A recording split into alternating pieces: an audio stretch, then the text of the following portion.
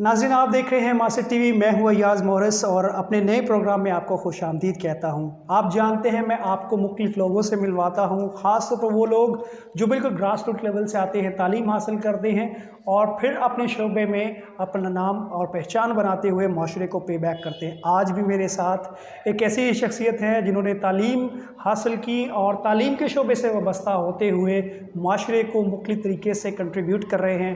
आज हमारे साथ जनाब सफदर जॉन भट्टी साहब मौजूद हैं, जो कि प्रिंसिपल हैं सेंट फ्रांसिस स्कूल मुल्क के, और इसके अलावा एजुकेशन का वसी तजर्बा रखते हैं और मुख्तलिफ कराची के नामवर स्कूलों में उन्होंने बहैसियत प्रिंसिपल काम किया है। एजुकेशन के साथ एक वाबस्तगी है उनकी अरसे से। आज हम उनकी ज़िंदगी की कहानी और किस तरह से उन्होंने एजुकेशन को एज अ प्रोफेशन चूज़ किया और इसको सर्व कर रहे हैं। सर, सबसे पहले तो थैंक यू सो मच। आज हम काफ़ी देर से प्लान कर रहे थे लेकिन फाइनली आज हम आपके साथ गुफ्तगू कर रहे हैं। आपका भी बहुत शुक्रिया कि आपने मुझे इस लायक समझा कि मेरी लाइफ को आप जो है वो डिस्कस कर सकें। सो आई होप कि it is going to be a good experience. सही, थैंक यू सो मच। अच्छा, मुझे ये बताइएगा कि आपकी पैदाइश कहाँ हुई और फिर इब्तदाई तालीम कहाँ से हासिल की और एजुकेशन की तरफ आने का रुझान कैसे हुआ? मेरी इब्तदाई तालीम, मेरा ताल्लुक़ डिस्ट्रिक्ट खानेवाल और तहसील मियाँ चन्नू के पास गांव है, चक नंबर 136 16 शमाली। सही। ये गांव है, वहाँ पर अमृत नगर, स्टुन्ज़ाबाद, तो उन्हीं के साथ वहाँ क्रिश्चियन गांव हैं काफ़ी सारे, तो उन्हीं में चक नंबर 136 से मेरा ताल्लुक़ है। प्राइमरी एजुकेशन वहाँ पर मैंने अपने गांव से ही हासिल की। फिर हमारे साथ ही करीबी गांव है स्टुन्ज़ाबाद, वहाँ पर मैंने फिर लोअर सेकेंडरी वहाँ पर जाकर स्टार्ट किया। 8 तक मैंने वहाँ पर स्टडी हासिल की और उसके बाद मेरे बड़े भाई की शादी हुई और शादी के साथ ही वो हमें कराची लेकर आ गए। सही। तो आज मैं जो कुछ हूँ ये उनका एक स्टेप मैं और मुझसे मेरा बड़ा भाई। कभी कभी ज़िंदगी में एक स्टेप लिया हुआ जो है वो दूसरों की लाइफ चेंज कर देता है। उन्होंने ये स्टेप लिया और हम दोनों भाई, खुदावंद का शुक्र है कि कराची आकर हम एक कामयाब ज़िंदगी बसर कर रहे हैं। तो इसीलिए कहते हैं कि घर में अगर एक शख्स पड़ जाए तो पूरे घर की लाइफ जो है वो चेंज हो जाती है। उन्होंने एक विज़न देखा, उन्होंने एक स्टेप लिया और खुदावंद का शुक्र है कि उनके स्टेप में खुदावंद ने बरकत डाली, हमें भी अक्ल व दानाई दी कि हम उनके इस स्टेप को कामयाब बना सकें। कराची में आकर फिर Saint Paul's Urdu high school, उस वक्त गवर्नमेंट स्कूल था, वहाँ पर मैट्रिक किया और फिर गवर्नमेंट इस्लामिया साइंस कॉलेज से इंटर किया, फिर ग्रेजुएशन की मैंने। फिर उर्दू, उस वक्त अभी यूनिवर्सिटी है, उर्दू आर्ट्स कॉलेज होता था सिविल हॉस्पिटल के पास, वहाँ से मास्टर्स इन इकोनॉमिक्स मैंने ज्वाइन किया। वो करने के बाद इससे पहले ही बल्कि मैंने जो है वो बीएड किया government college of education federal B area से। उसके बाद हमदर्द यूनिवर्सिटी से एमएड किया जो कि 2001 में कंप्लीट हो गया था। फिर 2003 में मैंने उर्दू कॉलेज से एमए इकोनॉमिक्स किया और रिसेंटली मैंने एसएमआई यूनिवर्सिटी सिंध मदरसतुल इस्लाम यूनिवर्सिटी से एमएस या एमफिल, और कॉमन लैंग्वेज में उसे एमफिल कहते हैं, वो कंप्लीट किया है। तो this is my journey of education. बहुत ज़बरदस्त। और जब पढ़ रहे थे तो तभी डिसाइड किया था कि एजुकेशन की तरफ आना है या एक्सीडेंटली था या बाय चॉइस आपने एजुकेशन का इंतखाब किया? एजुकेशन से मुराद आपकी teaching profession? Teaching, yes. Teaching profession, बहुत सारे टीचर्स की तरह मैं भी एक्सीडेंटली ही टीचिंग में आया। मैं इंटरमीडिएट पास किया हुआ था तो मेरी भाभी को फैमिली रीयूनियन के लिए, चूँकि भाई दुबई में थे, जॉब करते, तो उन्हें अपना नोटिस पीरियड पूरा करना था, लेकिन उनका चूँकि वीज़ा आ गया, उन्होंने जाना था, तो मैं उनका नोटिस पीरियड पूरा करने के लिए सेंट फ्रांसिस सेकेंडरी स्कूल कईवाबाद में उनका नोटिस पीरियड जो कि 3 महीने का होता है वो पूरा करने के लिए गया था। मेरा बिल्कुल भी कोई इरादा नहीं था टीचिंग में जाने का, लेकिन वो कदम वहाँ पर गए और उसके बाद मुझे जो इंस्पिरेशन मिली टीचिंग की, आमतौर पर कोई शख्सियत होती है, मुझे इंस्पिरेशन मिली मेरे स्टूडेंट्स। अच्छा, आपको शायद थोड़ा सा डिफरेंट बिल्कुल, लगे बिल्कुल, कि मुझे मेरे स्टूडेंट्स, जब मैंने देखा कि स्टूडेंट्स जब पढ़ने के बाद उनका जो रिस्पॉन्स आता है, जो उनकी तरफ से रिस्पेक्ट मिलती है, और थोड़ा अरसा गुजारने के बाद, 1-2 साल गुजारने के बाद, जब मुझे फील हुआ कि this is a profession where you can change the lives of your young people, और उनकी जब वो आके इकरार करते हैं कि सर आपने जो पढ़ाया, वो जब हम कॉलेज में भी जाते हैं तो हमें वही कुछ याद आता है, तो उनकी अप्रिसिएशन और उनका जो रिस्पेक्ट था, और जब मैंने देखा कि ये एक लाइफ चेंजिंग प्रोफेशन है, तो मुझे ये आहिस्ता आहिस्ता अच्छा लगने लग गया। वरना नॉर्मली मैं इंटरमीडिएट प्री मेडिकल में करने का मेरा मकसद, और मैंने रिपीट किया, चूँकि मैं एक एवरेज स्टूडेंट था, तो कंपटीशन उन दिनों में, चूँकि 82 में मैंने इंटरमीडिएट किया था, तो बहुत टफ कंपटीशन था मेडिकल में जाने का। लेकिन इसके बावजूद अब मैं, वो चूँकि 80s में आता था, तो मेरी 60s में परसेंटेज आई और मैं क्वालिफाई नहीं कर सका मेडिकल के लिए। मैं समझता हूँ कि खुदावंद का एक अपना प्लान होता है। बिल्कुल सही। हमारे प्लान्स अलग होते हैं, खुदावंद के प्लान्स अलग होते हैं। मैंने बहुत सारे लोगों को देखा, उन्होंने ग्रेजुएशन किसी और सब्जेक्ट में किया होता है, लेकिन खुदावंद का उनकी ज़िंदगी के लिए जो प्लान होता है वो उनको उधर ही ले जाता है, क्योंकि उन्हें पता है कि उससे उनकी ज़िंदगी से क्या काम लेना है। अब मैं फील करता हूँ कि खुदावंद शायद मुझसे टीचिंग का ही काम लेना चाह रहा था। मैं 40 साल, इस 22 जुलाई को 40 साल का अरसा, और मैं ये अगर जनरेशन के हिसाब से देखें तो 10 इयर्स के बाद कहते हैं नेक्स्ट जनरेशन आ जाती है, और मुझे ये एजाज़ हासिल है कि मैंने अपने पढ़ाए हुए बच्चों के बच्चे भी इस वक्त ग्रेजुएट हो गए, और उनके बच्चे भी अब आगे तालीम हासिल कर रहे हैं। तो मुझे बड़ा अच्छा लगता है इस वक्त, और मैं अपने जो प्रोफेशन है इसमें मुझे मुख्तलिफ स्कूलों में काम करने का, और मुख्तलिफ कैटेगरीज और बड़ी वैरायटी ऑफ एक्सपीरियंस मुझे मिला। अगर आप चाहें तो थोड़ा सा मैं शेयर करना चाहूँगा कि कईमाबाद में ओनली क्रिश्चियन स्टूडेंट्स थे, और उनके साथ पढ़ाने के लिए एक आपको अलग एनवायरनमेंट मिलती है। फिर मैं वहाँ से जिग रोड में 23 साल, कईमाबाद मैंने 11 साल पढ़ाया, फिर 23 साल का अरसा मैंने जिग रोड में आके उर्दू मीडियम से इंग्लिश मीडियम में शिफ्ट हुआ, और यहाँ आके को एजुकेशन, वहाँ भी को एजुकेशन, लेकिन यहाँ को एजुकेशन लेकिन क्रिश्चियन मुस्लिम सारे जो है मिक्स थे, तो एक नई एनवायरनमेंट मिली, एक नया मीडियम का मुझे एक्सपीरियंस हुआ। लेकिन मैंने पहले दिन से ही ख्वाब देखा था, मैं आपसे शेयर करना चाहता हूँ। कहते हैं कि always think high, think big, ठीक है।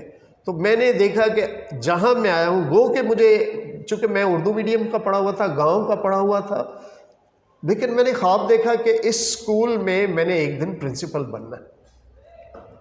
लेकिन आई बिलीव कि फर्स्ट डिज़र्व देन डिज़ायर, बिल्कुल सही। उसके लिए मैंने बड़ी स्ट्रगल की अपनी इंग्लिश इम्प्रूव करने के लिए। कोई आप नाम लें कराची के इंग्लिश लैंग्वेज इंस्टीट्यूशन का जो मैंने छोड़ा नहीं। इतनी मेरी इनकम नहीं थी जितना मैंने इस पे जो है वो इन्वेस्ट किया। ब्रिटिश काउंसिल, आगा खान यूनिवर्सिटी, PACC से पहले स्टार्ट लिया, ठीक है। IBA से मैंने जो है वो बिज़नेस कम्युनिकेशन में फ़र्स्ट पोजीशन, एक गांव के लड़के ने IBA से बिज़नेस कम्युनिकेशन में फ़र्स्ट पोजीशन हासिल की, इंग्लिश बिज़नेस कम्युनिकेशन में। तो ये सब एक मुसलसल जदोजहद में करता रहा। और कहते हैं कि मेहनत कभी रायगा नहीं जाती, खुदावंद मेहनत करने वालों को ही पसंद करता है।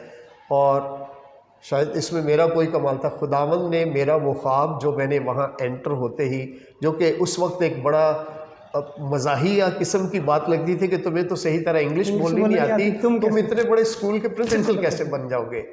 जिसने कि 6th क्लास में ABC सीखी थी गाँव में। जिस दिन मैं वहाँ पहले दिन प्रिंसिपल की सीट पर बैठा तो मैंने ये बात अपने स्टाफ से शेयर की थी, लेकिन साथ उन्हें बताया कि इसके साथ एक बहुत लंबी स्ट्रगल, बिल्कुल सही, क्योंकि मैं बिलीव करता था कि फर्स्ट डिज़र्व देन डिज़ायर, पहले अपने आप को इस लायक बनाओ और फिर, चूँकि मैंने ये ख्वाब देखा, लेकिन ख्वाब सिर्फ वो कहते हैं ख्याली पुलाव नहीं बनाया, उसके लिए मैंने फिर जदोजहद की। तो खुदावंद का शुक्र है सेंट जॉन्स के बाद Saint Patrick's girls high school में मेरी फर्दर ग्रूमिंग हुई। मिस एमी का मैं बहुत शुक्रगुजार हूँ। और वहीं से जो है फिर मैं सिलेक्ट किया गया जब मैं वहाँ काम कर रहा था कि सेंट जॉन्स का प्रिंसिपल बनूँ।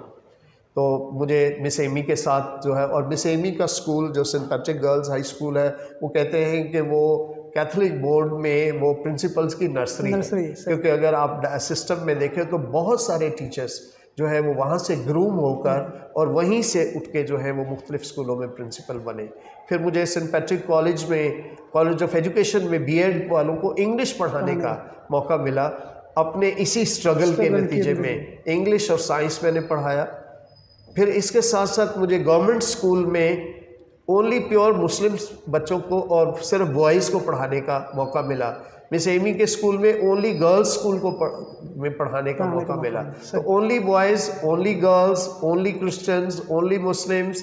फिर बीएड कॉलेज में जहाँ पर सेंट जोसेफ स्कूल के टीचर्स भी थे जो बीएड कर रहे थे, सेंट पॉल्स इंग्लिश स्कूल के भी टीचर्स थे जो बीएड कर रहे थे, उन्हें इंग्लिश पढ़ाने का मौका मिला, जो कि मेरे लिए एक वंडरफुल एक्सपीरियंस था और मैंने उससे बहुत कुछ सीखा। और उसी की बुनियाद पर अभी रिसेंटली मैं यहाँ आने से पहले मैं सेंट पैट्रिक कॉलेज में इंग्लिश के टीचर के तौर पर, लेक्चरर के तौर पर मैं काम करता रहा। ज़बरदस्त, बड़ी इंस्पायरिंग स्टोरी। और अब जो आपका स्कूल है बिल्कुल एक डाइवर्स एक्सपीरियंस है, एक आबादी का स्कूल है जिसमें शायद बड़े चैलेंजेस डिफरेंट हैं। तो ये आपका जो एक्सपीरियंस है यकीनी तौर पर आपके लिए बड़ा मदद और बड़ा फ्रूटफुल साबित होगा।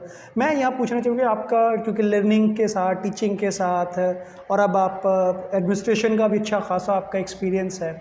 आप जो देख रहे हैं कि टीचिंग का जो अंदाज़ है, जो सिस्टम है, एनवायरनमेंट, चीज़ें किस तरह से बदल रही हैं, आपके ख्याल में कितनी चेंजिंग हुई है पिछले 10-12 सालों से?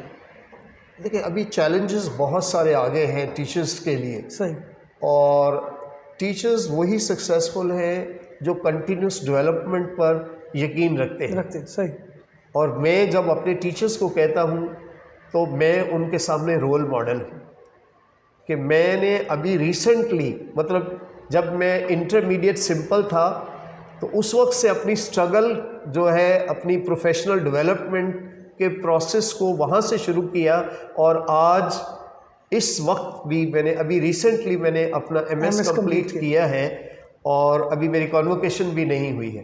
तो दिस शोज़ के टीचर्स अगर चाहते हैं कि वो अपने आप को अपडेट रखें और रेलेवेंट रहें, तो उन्हें अपने आप को अपडेट करते रहना चाहिए। अगर आप एडमिनिस्ट्रेशन में हैं तो भी आपको मॉडर्न थ्योरीज और मॉडर्न नॉलेज अगर आप लेंगे, वरना आप एक ट्रेडिशनल, एक रवायती एडमिनिस्ट्रेटर बन के रह जाएंगे। तो मैं अपने नाज़रीन को इस वक्त ये मशवरा देना चाहूँगा जो इस प्रोफेशन में है कि हमेशा कोशिश करें कि आप जो मॉडर्न इस वक्त जो भी रिसर्च हो रही है, जो नॉलेज हो रहा है, वो अपने आप को उससे इक्विप करें, तभी आप रेलेवेंट रह सकते हैं। और ये सारा एक्सपीरियंस, और मुझे जो आप कह रहे हैं कि यहाँ के बहुत सारे चैलेंजेस थे, मुझे एडमिनिस्ट्रेशन में जो हेल्प मिली, मैं इस जो क्रेडिट देना चाहूँगा वो इससे डिपेंड करता है कि आपकी सोसाइटी क्या है। हम लोग 3-4 लोग थे जो मिलकर हर महीने के एंड पर डाइन आउट करने के लिए जाते थे, जो कि सारे प्रोफेशनल्स थे। तो उनकी गैदरिंग में, जिनमें सर शमीम, उनके साथ मेरा 30-35 साल का साथ है, और इसी तरह सर अज़हर सईद थे, सर वो ये मेरे सारे पुराने साथी थे सेंट फ्रांसिस में। तो हम लोग, इसी तरह सर अनवर थे, वो भी वहीं के टीचर थे, सर अनवर मालिक। तो ये 3-4 लोग, हम लोग काफ़ी सालों तक मुसलसल फेथफुली हर माह के एंड पर जाते थे। हम फिर आपस में एक्सपीरियंस शेयर करते थे, और जो हमें स्कूल्स में प्रॉब्लम आते थे वहाँ हम डिस्कस करते थे। खाना सिर्फ एक बहाना था।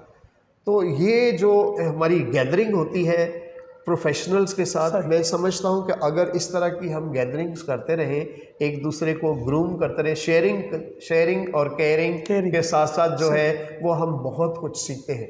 तो उस गैदरिंग से मैंने बहुत चीज़ें सीखी कि किस तरह मसाइल जब आते हैं उनको कैसे टैकल करना है। हम सब एक दूसरे को सपोर्ट करते थे, सब एक दूसरे के साथ शेयर करते थे, और यकीनन हम सब ने उस गैदरिंग से बहुत कुछ सीखा है। सही, मुझे बहुत अफसोस है कि इस वक्त जो है वो थोड़ी सी हमारा, चूँकि कुछ साथी कहीं चले गए, कुछ तो वो जारी नहीं रह सकी, लेकिन इस वक्त भी जो मेरी कोशिश होती है कि मैं उसको जारी और सारी रख सकूं। सही, बहुत ज़बरदस्त बात आपने की। मैं चाहूँगा कि बहुत सारे पेरेंट्स भी हमें देख रहे हैं और बहुत सारे बच्चों के भी इश्यूज़ होते हैं, तो क्या आप समझते हैं कि पेरेंट्स को ज़रूरत है कि बच्चों को एजुकेशन पर, ख़ास तौर पर तालीम पर फोकस रखने के लिए बच्चों को इस तरह से घर का माहौल दें, या बच्चों की अपब्रिंगिंग में वो चीज़ें लाजमी रखें ताकि जो एजुकेशन में है स्कूल के साथ बच्चे, पेरेंट्स जो हैं वो स्कूल इंतज़ामिया का साथ दे सकें?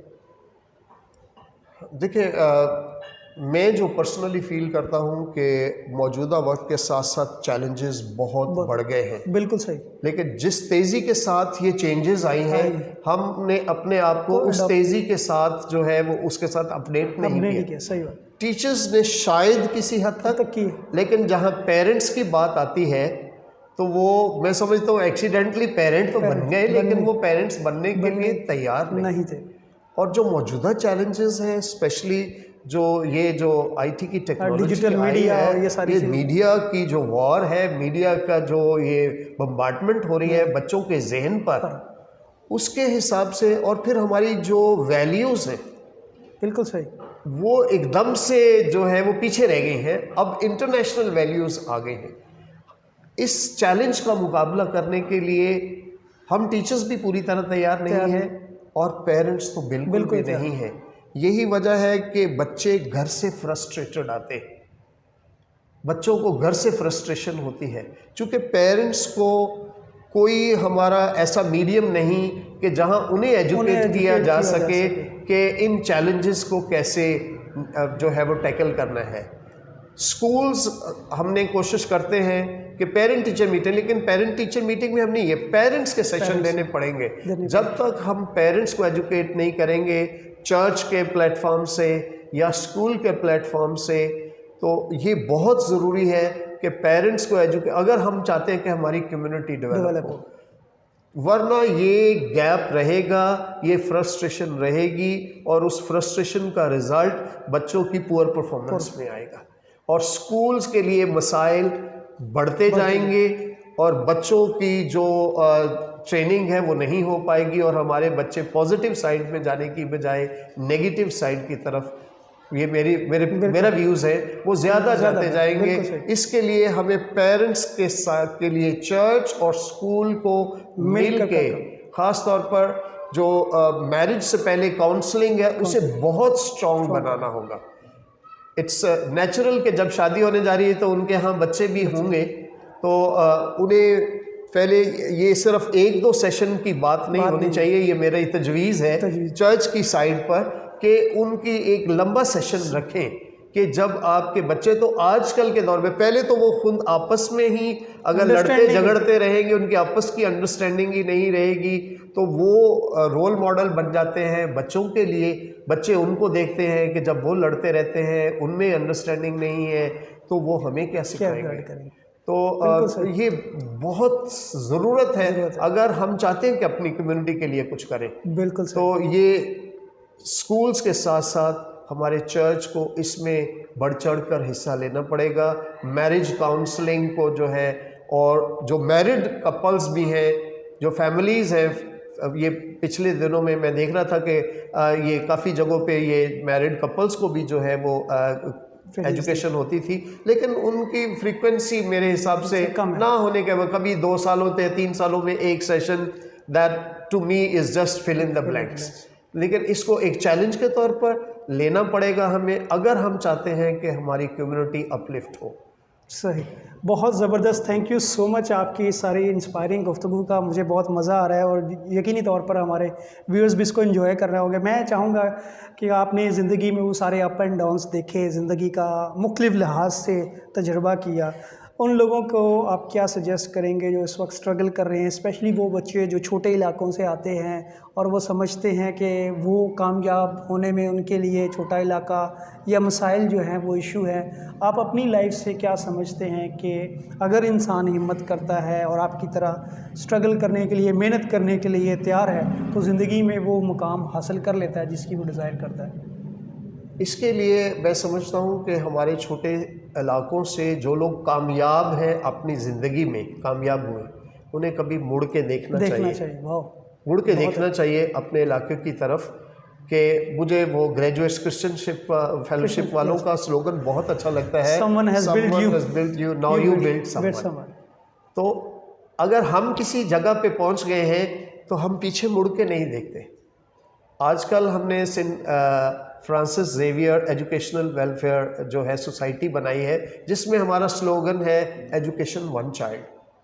काश के हम लोग एक बच्चे की ज़िम्मेदारी ले लें और फिर बच्चों के साथ कोई ग्रुप स्टडी पे उनको रखें और बच्चों को इस चीज़ पे कायल करें कि दूसरों को भी साथ लेके चल रहे हैं। खुद पहले हम दूसरों को साथ लें। असल में हम रेस में आगे बढ़ते जाते हैं और हम बड़ी प्राइड फील करते हैं कि देखो हमने सबको पीछे छोड़ दिया और वो वहीं के वहीं हैं और मैं कहाँ पर आ गया हूँ। मैं समझता हूँ ये हमारा फेलियर है। अगर आप अकेले कामयाब हुए हैं और आपने अगर कामयाब हो के 5 लोगों को 10 लोगों को कामयाब नहीं बनाया तो फिर आपकी इस कामयाबी का मेरी सोच के मुताबिक, ये मेरी ज़ाती राय है, कि कोई फ़ायदा नहीं। कम्युनिटी को अगर आपकी कामयाबी से कोई फ़ायदा नहीं हुआ तो फिर वो किसी काम की कामयाबी नहीं है।